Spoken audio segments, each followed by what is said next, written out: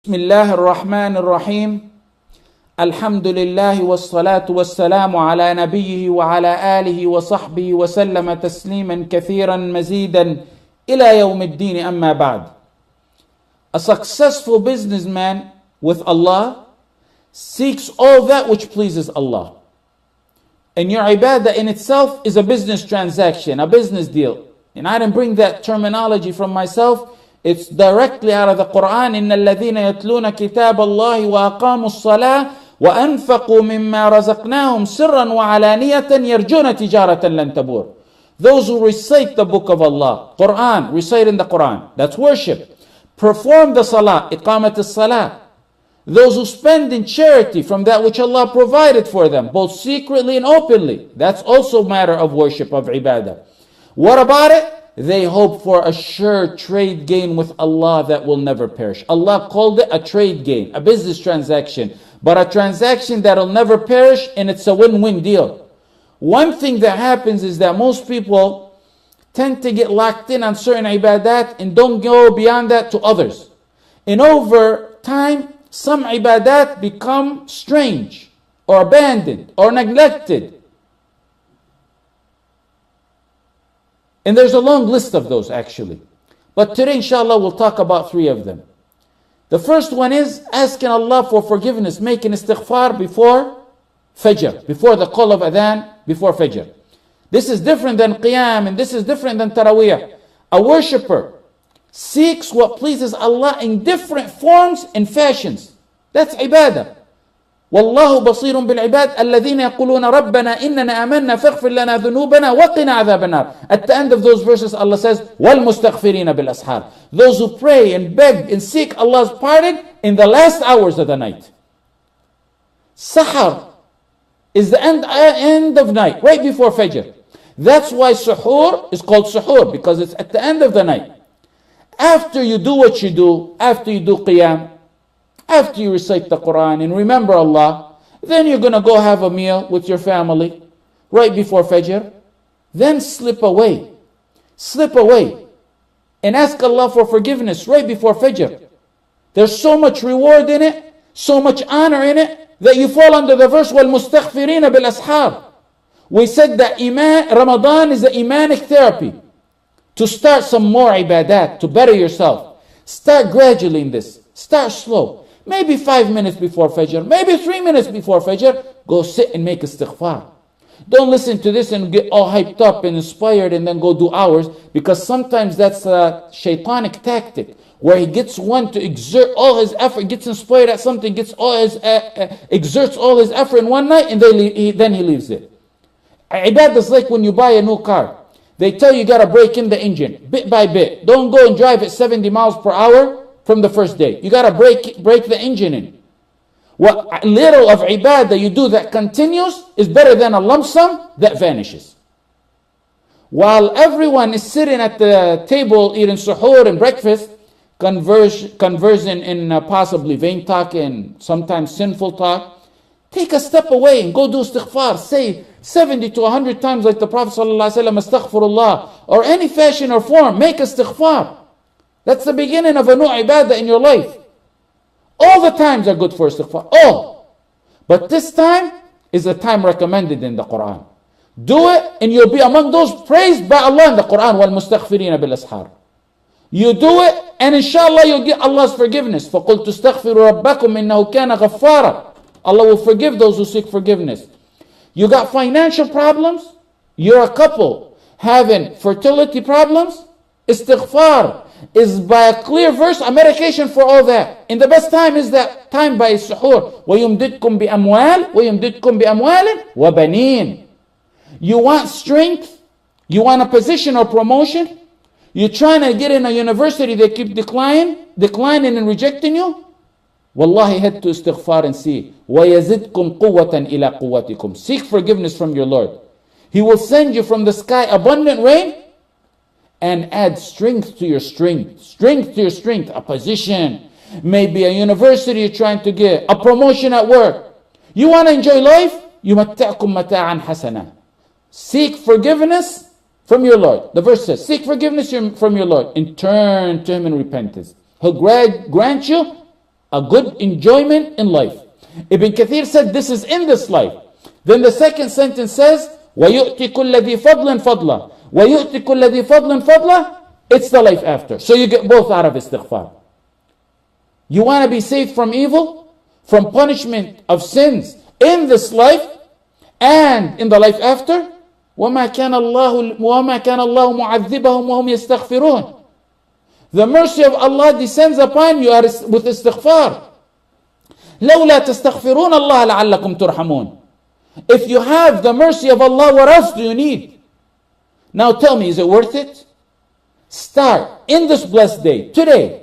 Make a determination to make it a habit. Right before Fajr, wake up a little bit early and make istighfar. Start with your tongue and make sure your heart is at the same pace as your tongue. Be consistent. And wallahi, you're going to see a change. If you doubt that, you're doubting the Quran. Now, a side issue. Why is the pre-dawn the time in the Quran specified? For a more special significance. And we know all times is good for istighfar, but why is it specified? Because that's the start of the day. A fresh, clean slate. That's what you need. So Allah can bless your day. So you will not be deprived of blessing. So when you start on a clean slate, forgiven from Allah, so Allah will bless your day. You're heading to work, a materialistic world and life. And Allah wants you to know the exact reason and purpose for why you were created. So make istighfar before your day begins. The entire 1/3 end of the night is a blessed time. I've talked about Qiyam plenty and about 1/3 end of the night, but this is a special moment out of the 1/3 end of the night to seek forgiveness in Allah. The second ibadah that's become somewhat strange is the ibadah of tafakkur, to ponder, to contemplate Allah's names and qualities and attributes, the power of Allah. Pondering over the verses of Allah, the universal verses, the sky, the earth, the mountains, the day, the night, the wind, and the textual signs in the Quran, the verses in the Quran. Ponder over Allah's creation and His power in creating. Pondering? Yes, pondering. Did you turn Sufyana suddenly? No. This is a worship mentioned in the Quran. إِنَّ فِي خَلْقِ السَّمَاوَاتِ وَالْأَرْضِ وَاخْتِلَافِ اللَّيْلِ وَالنَّهَارِ لَآيَاتٍ لِأُولِي الْأَلْبَابِ. What does the end of it say? الذين يذكرون الله قياما وقعودا وعلى جنوبهم ويتفكرون. What does tafakkur mean? That's ponder. They remember Allah in their prayers, standing, sitting, laying down on their sides, and they think deeply about the creation of the heaven and the earth. The creation of the heaven and the earth. They think about it. They ponder about it. They think about it. So when they ponder over that, where does that pondering lead them? Look at the next part of the verse. رَبَّنَا مَا خَلَقْتَ هَذَا بَاطِلًا. When they ponder, Lord, they come to the right conclusion in their tawheed. It establishes tawheed within you. You haven't created this without a purpose. Glory to you, Ya Allah. Give us salvation from torment of Jahannam. Many other verses. إِنَّ فِي ذَلِكَ لَآيَاتٍ لِقَوْمٍ يَتَفَكَّرُونَ لَآيَاتٍ لِقَوْمٍ يَعْقِلُونَ. To encourage you to ponder. Hundreds of verses in the Quran encouraging this. This is the ibadah that should flow with your other ibadat like a soul flows in a body. It must be restrained by revelation. You can't take it as a source. It's a matter that must be restrained by revelation. The worship of contemplating and pondering unlocks the heart and brightens the heart with that which the heart was blocked off from due to the tar of sins. It removes that tar.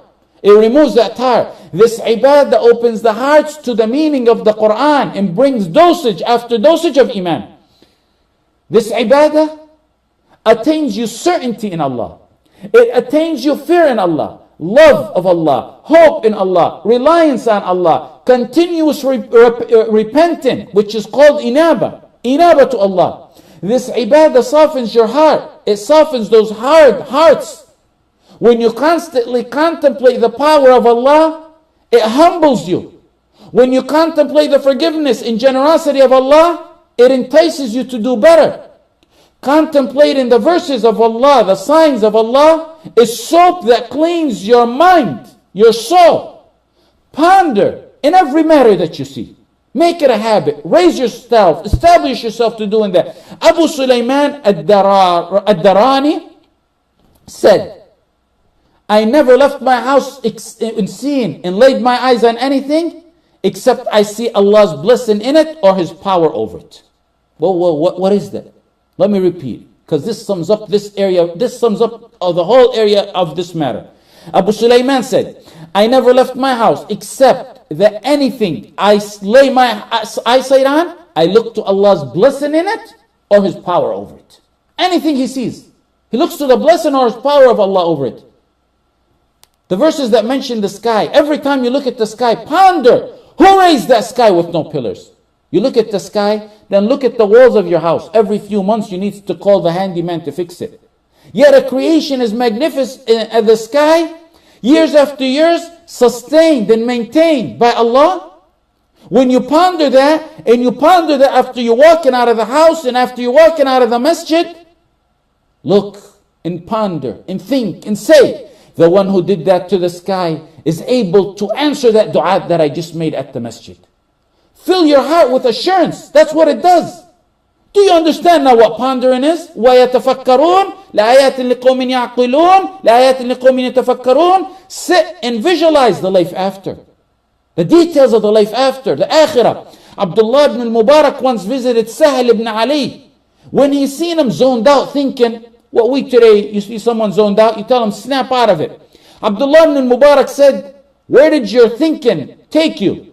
Sahel ibn Ali said, I was at the Sirat. Sahel was daydreaming. How he's going to cross over that bridge over Jahannam. That's what he was thinking and daydreaming. In Musnad Ahmad and At-Tirmidhi, when Anas ibn Malik asked the Prophet ﷺ, he said, where am I going to meet you on the judgment day so I can get your shafa'ah, your intercession? He wants the intercession. The Prophet ﷺ said, you'll find me by the Sirat. He said, what if I don't find you there? He said, by the scale. He said, what if I don't find you there? He said, by the Kawthar.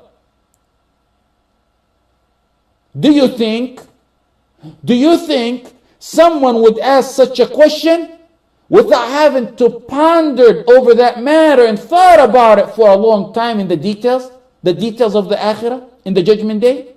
Ponder over the blessings Allah bestowed upon you. Ponder over Jannah and its mansions in the neighborhood your palace is going to be, and how big your front and backyard is, and how big your tent's going to be, and how happy your family is going to be reunited in a worry-free life. That pondering gets you to escape the trials and difficulties of the prison of this world. It'll bring you peace and contentment and place it and embed it in your heart. Ponder. Ponder being called by Allah to a meeting with Allah. It'll refresh your love to Him. It'll bring you a heavy dosage of taqwa. And it'll instill strong resistance against the shaitan because you want that meeting. Ponder over hell and the misery of the inhabitants of hell and their torture that melts the heart. And it'll melt your heart and get you to regret your past and revive tawbah in you and make you to plan a better future based on iman and taqwa. This ibadah takes you to yaqeen, certainty in Allah. When a Bedouin sat and pondered and thought in a desert, far from civilization or education, and led him to something better than most of the educated people of our time would know. Camels, dung indicates there was camel. Footprints indicate there was travel. A sky indicates, and with its constellation, and the sea with its wave, all that shows there's the all-knowing, the all-powerful. Thinking about those matters got him to realize Allah. So the third and final matter, and neglected one, and final, like because I said because of our time, is tabattul wal inqita' lillah. To sever yourself from all worldly matters and go to Allah. Every one of these worships is in the Quran. Devote yourself totally for Allah. وَتَبَتَّلْ إِلَيْهِ تَبْتِيلًا. Devote yourself to Him with a complete devotion. Complete devotion. Maryam alayhi salam was one of her nicknames, Al-Batul. She was called Al-Batul from this word, tabattal, because she severed herself or refrained from marriage so she can worship. And that's the terminology, tabattal. This doesn't mean you go to a cave or a place of our church, and you sit there away from this worldly matters. There's three types of tabattul. Like the Catholics and monks do, they go live in a place of worship with no marriage and other essential worldly matters. That's not Islam. Allah created man and knows what suits man, and He created part of Islam is to get married. Putting them in such places creates and generates pedophiles, not dedicated worshippers. They've come to realize that now, which Islam taught us 14 centuries ago, and they're thinking about changing it. But Islam told us that because our guidance comes from Allah, the Creator, who knows what best suits us 14 centuries ago. The second type of tabattul, devotion, is to take a certain time out of your day, night, 1/3 end of the night, and be in seclusion with Allah. Sever this world behind you and spend some time with Allah, 5, 20 minutes, whatever it may be. Ibadah, salah, dhikr, dua, recitting, devoting yourself totally to Allah, complete devotion. And of course, the best times of ibadah, among the best times of ibadah of the day and night is the 1/3 end of the night. The third type of tabattul, and there's only few of the masses of the ummah who Allah blesses with this, is to put your mind and soul in the life after. Devoted, full devotion. Physically, they're with you. They are people you see physically with you, but their mind is absent in heavenly matters. People who speak, when they speak, you think they're talking to you 100% thinking about what you're saying, but their mind is telling them, is what I'm saying halal or haram? Does it please or displease Allah? You may see them sad for some sadness that happens, but inside they're attached to Allah with contentment and acceptance of Allah's destiny and decree. In a nutshell, it's really someone who's physically with you here, spiritually his mind is devoted in trying to please Allah. He is present and absent at the same time. That is among the levels of ihsan. May Allah subhanahu wa ta'ala grant us and you this level. وصلى الله على سيدنا محمد وعلى آله وصحبه وسلم والحمد لله رب العالمين.